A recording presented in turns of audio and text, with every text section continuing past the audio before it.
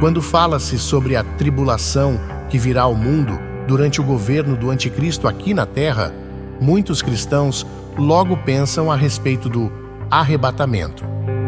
O arrebatamento é um evento apocalíptico onde Jesus Cristo busca sua igreja, e isso gera um grande debate dentro do cristianismo, não sobre o arrebatamento em si, mas em relação a quando ele vai acontecer. Alguns estudiosos acreditam que o arrebatamento acontecerá antes do período da tribulação. Outros acreditam que acontecerá na metade desse período, ou seja, depois de 3 anos e meio. E o terceiro grupo acredita que os cristãos enfrentarão tudo o que acontecerá durante os 7 anos de governo do anticristo sobre a terra. A verdade é que muitas pessoas não sabem muito sobre o arrebatamento e acabam criando confusão a respeito dos acontecimentos do fim dos tempos. Por isso, neste vídeo, vamos te apresentar quais são os pontos de vista a respeito do arrebatamento da igreja. Mas antes de começarmos, eu quero pedir que você já deixe o seu like, se inscreva no canal e ative o sininho para você ser avisado pelo YouTube sempre que colocarmos um vídeo novo.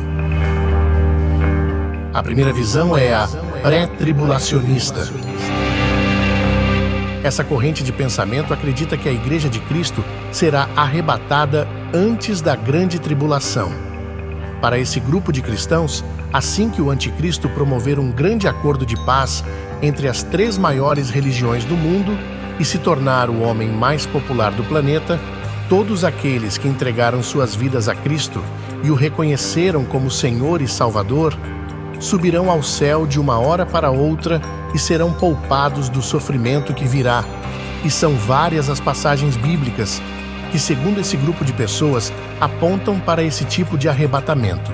E um dos argumentos mais fortes é que enquanto o livro de Apocalipse 1, 2 e 3 fazem menção à Igreja de Cristo por 19 vezes do capítulo 4 ao 19, não fala nada sobre ela, mas trata da tribulação que estará acontecendo aqui na Terra.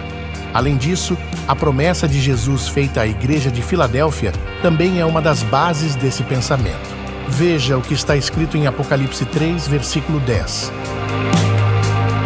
Como guardaste a palavra da minha paciência, também eu te guardarei da hora da tentação que há de vir sobre todo o mundo para tentar os que habitam na terra. Perceba que Jesus disse: eu guardarei da hora da provação e não na hora, ou seja, durante a tribulação. E o apóstolo Paulo também tem ensinamentos que apontam para esse arrebatamento antes da grande tribulação. Pelo menos 2 vezes ele fala sobre isso em sua primeira carta aos Tessalonicenses. A primeira no capítulo 1, versículo 10, e a segunda no capítulo 5, versículo 9. Nas 2 ocasiões, o apóstolo cita que Jesus nos livrará da ira que há de vir, pois ele não quer que passemos por esse momento tão difícil, mas sim que sejamos salvos. O apóstolo Pedro também mostrou que Deus livrará o seu povo desse período de julgamento, assim como ele livrou Noé do dia do dilúvio e Ló da destruição de Sodoma e Gomorra. Vamos ver o que ele disse em 2 Pedro, capítulo 2, versículos de 5 a 9. E não perdoou ao mundo antigo, mas guardou a Noé, a 8ª pessoa, o pregoeiro da justiça, ao trazer o dilúvio sobre o mundo dos ímpios. E condenou à destruição as cidades de Sodoma e Gomorra, reduzindo-as a cinza e pondo-as para exemplo aos que vivessem impiamente. E livrou o justo Ló, enfadado da vida dissoluta dos homens abomináveis. Porque este justo, habitando entre eles, afligia todos os dias a sua alma justa, por isso via e ouvia sobre as suas obras injustas. Assim, sabe o Senhor livrar da tentação os piedosos e reservar os injustos para o dia do juízo, para serem castigados.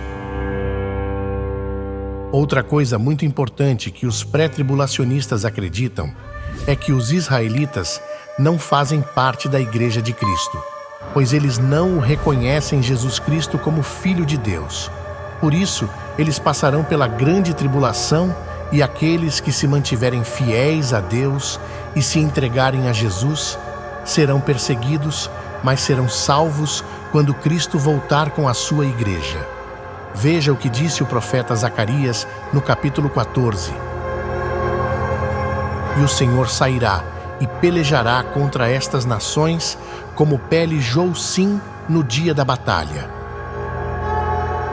E naquele dia estarão os seus pés sobre o Monte das Oliveiras, que está defronte de Jerusalém para o oriente. E o Monte das Oliveiras será fendido pelo meio, para o oriente e para o ocidente.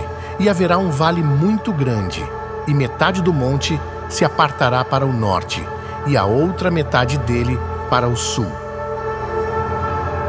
E fugireis pelo vale dos meus montes, pois o vale dos montes chegará até Azel. E fugireis assim, como fugistes de diante do terremoto nos dias de Uzias, rei de Judá. Então virá o Senhor meu Deus, e todos os santos contigo. Se todos os santos, ou seja, os cristãos virão com Jesus para salvar Israel e derrotar o mal, isso quer dizer que a igreja já terá subido antes. A segunda visão é a mesotribulacionista. O mesotribulacionismo defende o pensamento de que a igreja passará pela primeira metade da tribulação, ou seja, os 3 anos e meio de um total de 7 anos.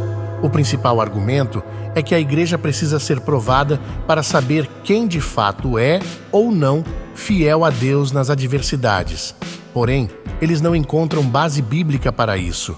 Apenas se apoiam na ideia de que o cristão precisa ser provado para mostrar sua fidelidade. Assim como os apóstolos do passado que sofreram terríveis perseguições e não negaram sua fé. Os mesotribulacionistas têm como base principal 2 passagens bíblicas. A primeira está em Mateus capítulo 24, que diz: E por se multiplicar a iniquidade, o amor de muitos esfriará. Mas aquele que perseverar até ao fim, esse será salvo. E este evangelho do reino será pregado em todo o mundo em testemunho a todas as nações, e então virá o fim. Quando, pois, virdes que a abominação da desolação, de que falou o profeta Daniel, está no lugar santo, quem lê, entenda. Então, os que estiverem na Judéia, fujam para os montes. E quem estiver sobre o telhado, não desça a tirar alguma coisa de sua casa. Ao usarem essa passagem bíblica, os mesotribulacionistas entendem que a igreja será perseguida pelo anticristo. Porém, devemos entender que o capítulo de Mateus 24, que se refere à grande tribulação, aplica-se principalmente aos judeus e não à igreja. E a segunda passagem bíblica que eles têm como base está em Apocalipse, capítulo 11, versículos 12 e 13. E ouviram uma grande voz do céu, que lhes dizia: Subi para aqui. E subiram ao céu em uma nuvem, e os seus inimigos os viram. E naquela mesma hora houve um grande terremoto, e caiu a 10ª parte da cidade, e no terremoto foram mortos 7.000 homens. E os demais ficaram muito atemorizados e deram glória ao Deus do céu. Esse capítulo de Apocalipse 11 fala sobre as 2 testemunhas que aparecerão na primeira metade da tribulação e profetizarão por 3 anos e meio. Depois, elas serão mortas, ressuscitarão e subirão ao céu, conforme acabamos de ler.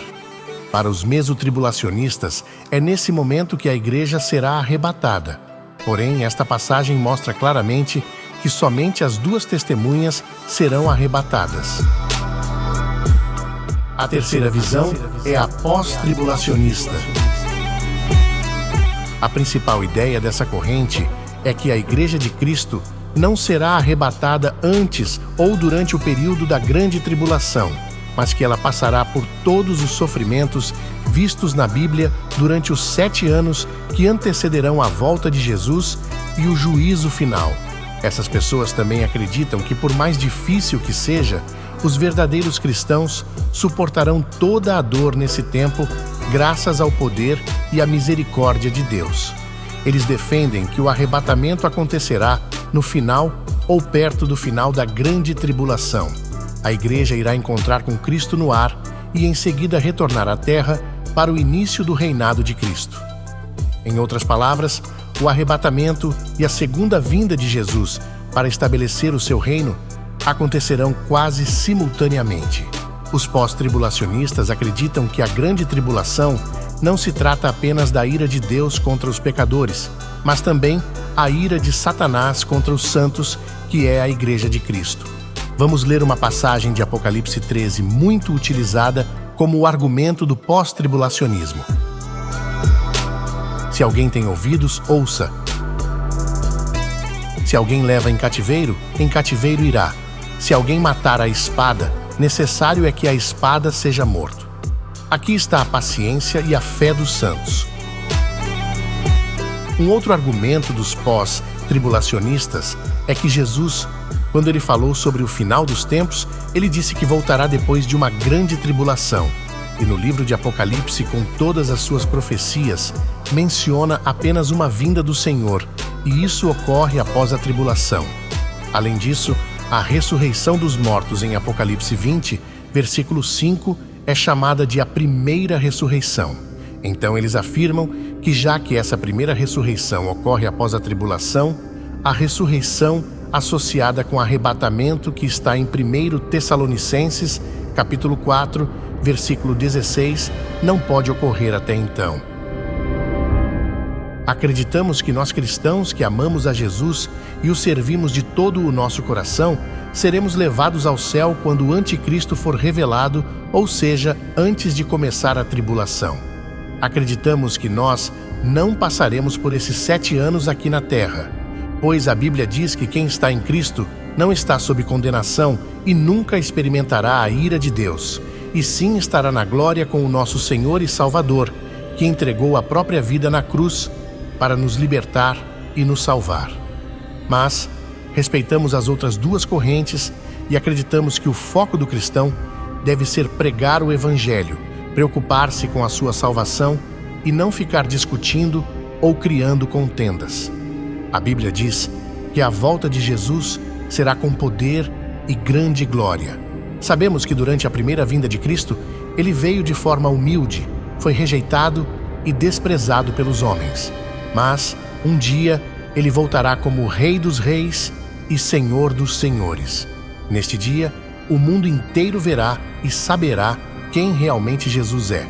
Por isso, independentemente se o arrebatamento for antes, durante ou depois da grande tribulação, nós devemos estar sempre preparados todos os dias até chegar o momento em que seremos levados para o céu, onde viveremos ao lado do Pai por toda a eternidade.